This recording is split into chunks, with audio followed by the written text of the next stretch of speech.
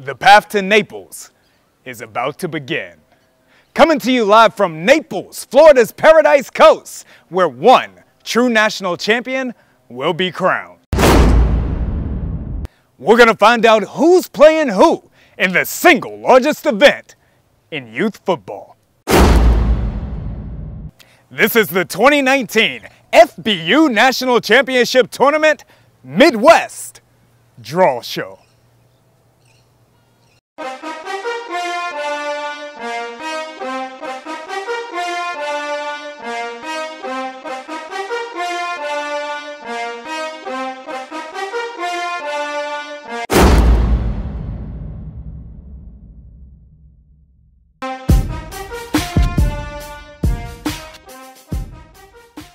Glad to have you with us again, this time from the Paradise Coast. I'm Chad Ricardo, joining me Football University President, Mr. Steve Quinn, and also National Recruiting Director, my brother, Mr. Eric Richards. Gentlemen, it's time for the FBU National Championship Tournament. Are we excited here? Woo, back in this weather? I mean, come on, it's 72 degrees out here. Put on a suit in October? I mean, Path to Naples kicks off down here on the Paradise Coast. There can only be one true national championship tournament, and of course the Football University FBU National Championship Tournament is that. 32 teams over 3 different grade levels, that's 96 teams in total, over 3,500 student athletes, and that's going to encompass 24 states. Yeah, Chad, I mean, it's 3,500 plus athletes spread across 96 teams in 32 cities. The best of the best, right? All these all-stars coming together with about 3 weeks of practice to get ready. Some teams only average 6 to 9 practices before they come down and compete, and then it's lights on, right, for game one. So, and the thing that I love the most about this is that every year the FBU National Championship Tournament, it gets bigger, it gets better. Hard to imagine this is year 5 already, right? We've actually moved Football University down here to beautiful Naples, Florida, Collier County. The last year's event it was 15 million impressions, right? So when you talk about the James Cooks of the world and the Trevor Lawrences of the world, they got their start here, right? Everybody knew who they were before they even stepped on a high school football field because of this tournament. And so obviously Naples is excited about it. They're building a sports complex down here. The icing on the cake is when it opens up, the grand opening May 1st. And then next year in 2020, Eric, we're playing in the brand new stadium and hopefully on NBC Sports, as we've talked about. So it couldn't be any bigger and the stage couldn't be any greater. And Steve, you kind of speak to this next point here. I mean, this is about truly so much more than just the football. This is an experience for the student athletes and for all of the families. What all do we offer? 100%. I mean, championship week is much bigger than just these football games. I was talking to some gentlemen yesterday during some of our things we were doing out here in Naples already, and they're telling me the experience is much more about football than football. They're meeting friends when they come down here. They're social media friends for the rest of their lives. They're talking about how they can get better at recruiting. They're talking about things that are propelling them to the next level. And so, as you mentioned, the experience when they come down here, you just can't beat the experience. And then the camaraderie, right, with all the coaches and the families, and getting an opportunity to come out here to the beach and hang out on their day off with a beach party. You know, just so many great things that these kids, coaches, and parents get a chance to experience during championship week. Yeah, Chad, you know, Rutgers was fun last, right? We were in a D1 stadium, but it was raining coldy while we were filming that draw show last year. 72 degrees. In a suit in October right here. Yeah, I think, Steve, going back to where the talent's gone to, if you remember, it wasn't long ago, the tournament's been going on in its 9th year now, 5 years in Naples.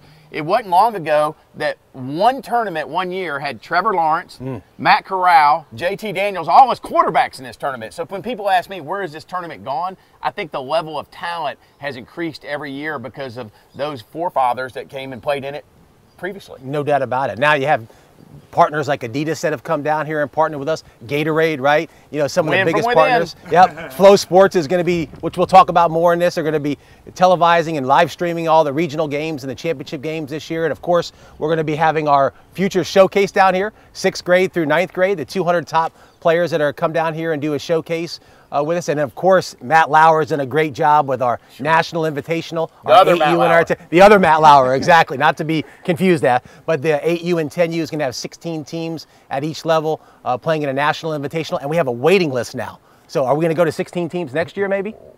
Maybe. Maybe. So 8U and 10U, we've got the FBU National Championship Tournament. I know that we've got something really special for the top 9th graders around the country as well. The game, powered by Adidas.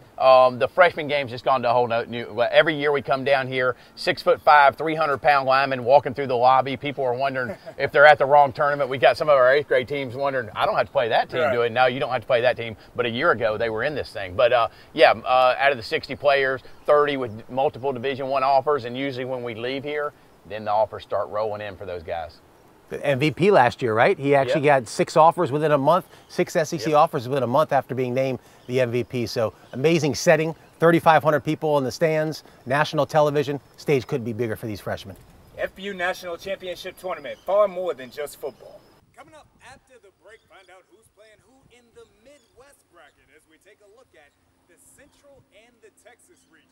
It's the 2019 FBU National Championship Tournament Draw Show. We know how to play hard in Naples, Marco Island, and the Everglades. On the beaches and on the greens.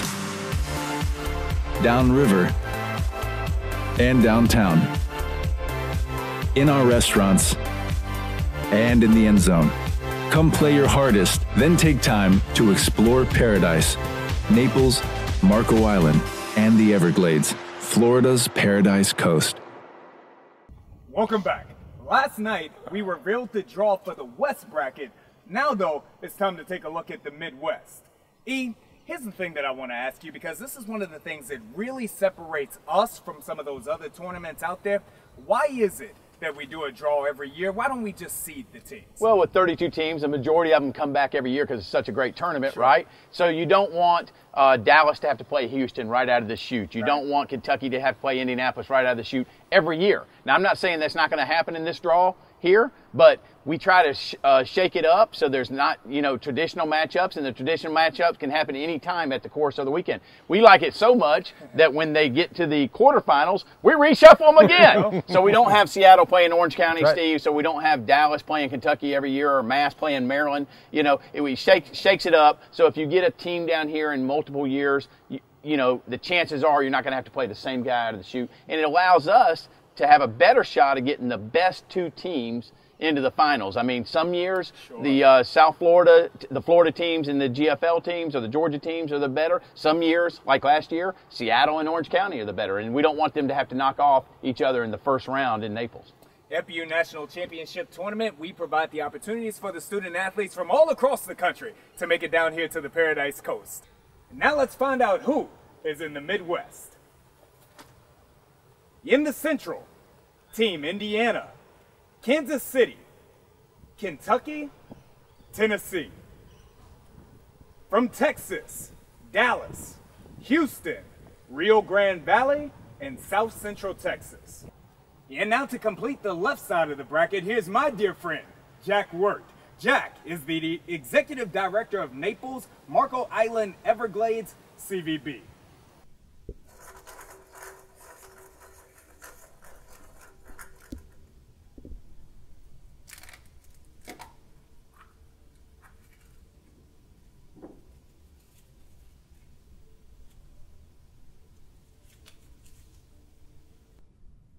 Tennessee.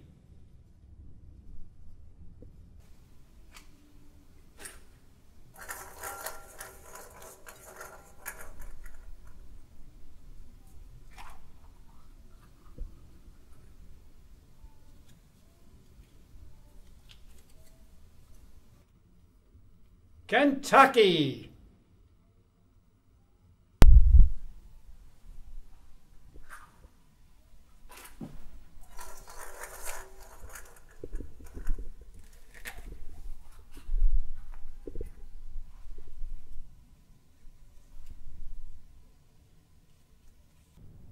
Indiana.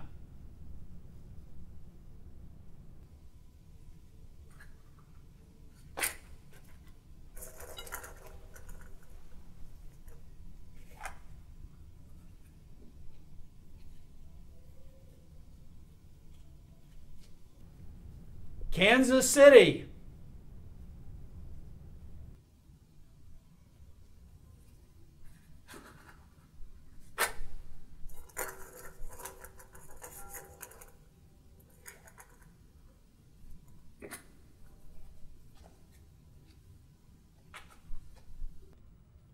Houston.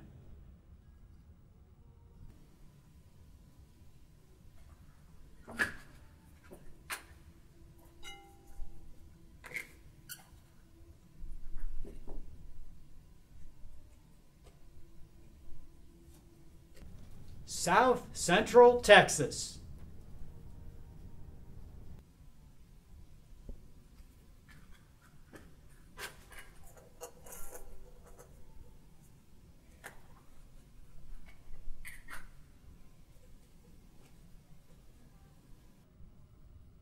Dallas.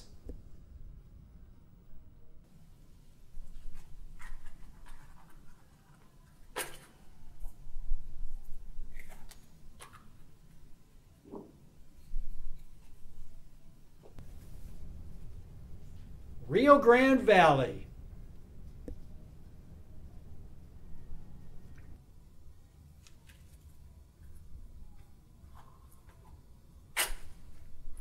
Ton of excitement, gentlemen. What do we see in these first round matchups in the Midwest? Well, you don't really have a true powerhouse in the Central here. You got Kentucky, who's been with us since 2011, since its inception. They brought 2 teams here last year. You got Indiana, which brought a 6th grade team last year, and they're powering back up to bring another, I'm sure, 7th grade team, they think. And then you got Tennessee, and you got Kansas City, and Irvin Beeks has done a great job. Mike Landry started it off down there and brought a couple teams here consecutive years in a row, and you never know with Tennessee. This is their 2nd year in now, and Gary Barnes has done a great job. Matt Lauer, our player development director, has been down there a couple times to really rev that state up and get the national championship started down there as well. So this should be an interesting tournament. We don't really know what to expect out of it. Well, I mean, that bracket has produced some stars. I mean, you go with Carson Steele, who made a name for himself down here, and then the next year came back as a freshman All-American. You had what Irving has done with the KC Metro teams taking over from Landry, like you said, have always put out some players. And then Kentucky has a long list of alumni, right? Vito Tisdale playing in this year's All-American game. The leading tackler in the SEC, Cash Daniels, played in the tournament. Wandale Robinson, a freshman that's at Kentucky now and played in this tournament. You had Landon Young, the tackle. You had Drake Jackson, the center, and his brother. Both played in this game. So Kentucky, from a star power standpoint, coaching standpoint, parent support standpoint. No doubt about that. I mean, outside of Seattle, yeah. I mean, they probably have right there. They have the greatest parent family support. Wouldn't you say so? And that's one of the things that I really wanted to point out was the support, the familial support, the community support from these teams, because we don't just see it at the gate, we also see it on social media as well, as entire communities support our students. Yeah, I think what Adam Lampman has done and Bronson Gowdy as co-directors of that program and really, taking over from what Greg Mitchell started and gotten in. The fact that they're one of the only teams, Steve, in this tournament that pull from one side of the state to the other is very unique. From a practice standpoint, they have to coordinate getting all those players in on practices and on weekends and putting it together over 2 to 3 weekends. I was just going to say that, to be able to go from Louisville to Lexington and grab kids. They're a true state team. And so that's why, if you're asking me right now, that's got to be the leader in that bracket. And then, Indiana every year seems to try to emulate what Kentucky does from a state team. Correct. They do a great job getting into Fort Wayne and South Bend and other parts of Indianapolis and trying to get kids. So it's going to be an interesting bracket this year, Chad, with those two, I believe, as the leaders, and Tennessee and Kansas City kind of bringing the rear up. Ton of great teams in this bracket. I would say that it's kind of wide open at this point, but of course, we can't speak about the Midwest as a whole without talking about Texas. We speak Midwest and Texas in the same breath? They're gonna like that. I think it's the United States and then there's Texas. That's what we've been told by our player development around. Anthony Williams, D. Jenkins, Jay Whitehead, Chris Contreras. No, those guys do a great job. It's one of our strong points on the camp circuit. Best operations team in the country. We hold 5 camps there: Houston, Austin, San Antonio. Do our Texas Showdown there, Dallas, to say the least. And when we were talking about Dallas, they were the first team to three-peat. Now we got a team coming back this year. It's going to get a chance to do that in Tampa. We'll talk about them later.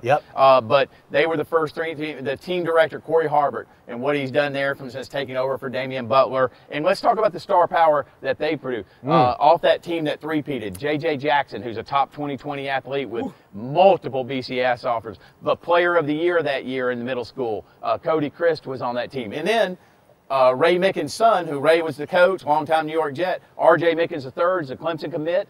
He was part of that team. And then last year, they continued with Daniel Demery, who actually won the General Cabin Player of the Year as a defensive back down here. Tons of All-Americans, tons of All-American Bowl NBC players on those teams over the years. And you can't talk about Dallas-Fort Worth without talking about North Texas, like you said, that three-peated, right, back to back to back. And so, but then you can kind of, you go down to Houston. A hotbed. Right? Tim Jackson has a hotbed. A hotbed. I don't know what happens from the 6th grade to the 11th or 12th grade, but the talent kind of shifts. So maybe they develop a little bit later in Houston, but Houston at the high school level, it's right on par with Dallas and everything. So it's only a matter of time for Tim Jackson defeats one of those teams. And they say develop later. I'll never forget at Fleischman Park the first year we were in Naples. You got a tight end running down the field 80 yards, 6'2", 260 pounds. Yeah, Hayden Connor and Bryce Foster and Donovan Jackson, three highly recruited 2021 recruits. Donovan Jackson's already in the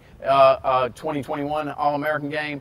So Houston has it. We know that. They won back-to-back. And they're hosting this year. Yeah, they're hosting the bracket. Oh, they're hosting for the first time. First time ever. And then you got to talk about, right, San Antonio and South Texas and what Ernest Cutler's doing out there. We know it's a hotbed of football out there, and he's Leroy Moya, one of our lead scouts. Yep, at FBU. does a great job, scouting athletes all across the state of Texas, and he's got a team coming out of RGV this year. So going to be an interesting.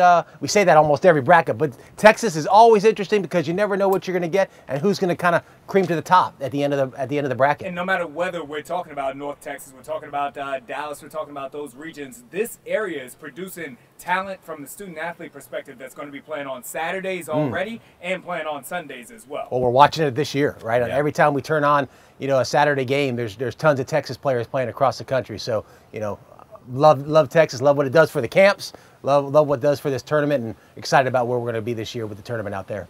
And the beautiful thing about the FBU National Championship Tournament is it doesn't matter what happened last year. Each of these teams are 0-0 with a chance to make it down here to the Paradise Coast. We'll be right back. This is the FBU National Championship Tournament Draw Show. Drive home safely. See you next season. American Bowl is brought to you by Football University. FBU, bringing former NFL coaches and players from all around the country.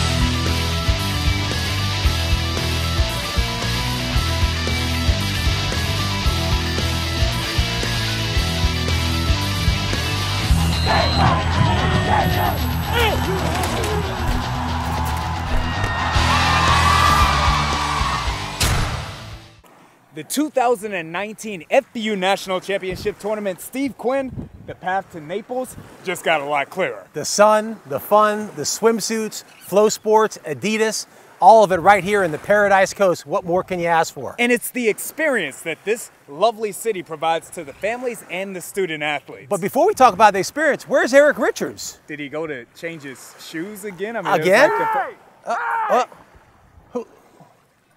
Somebody say a true national championship. It's only played one place in Naples, Florida. The FBU National Championship.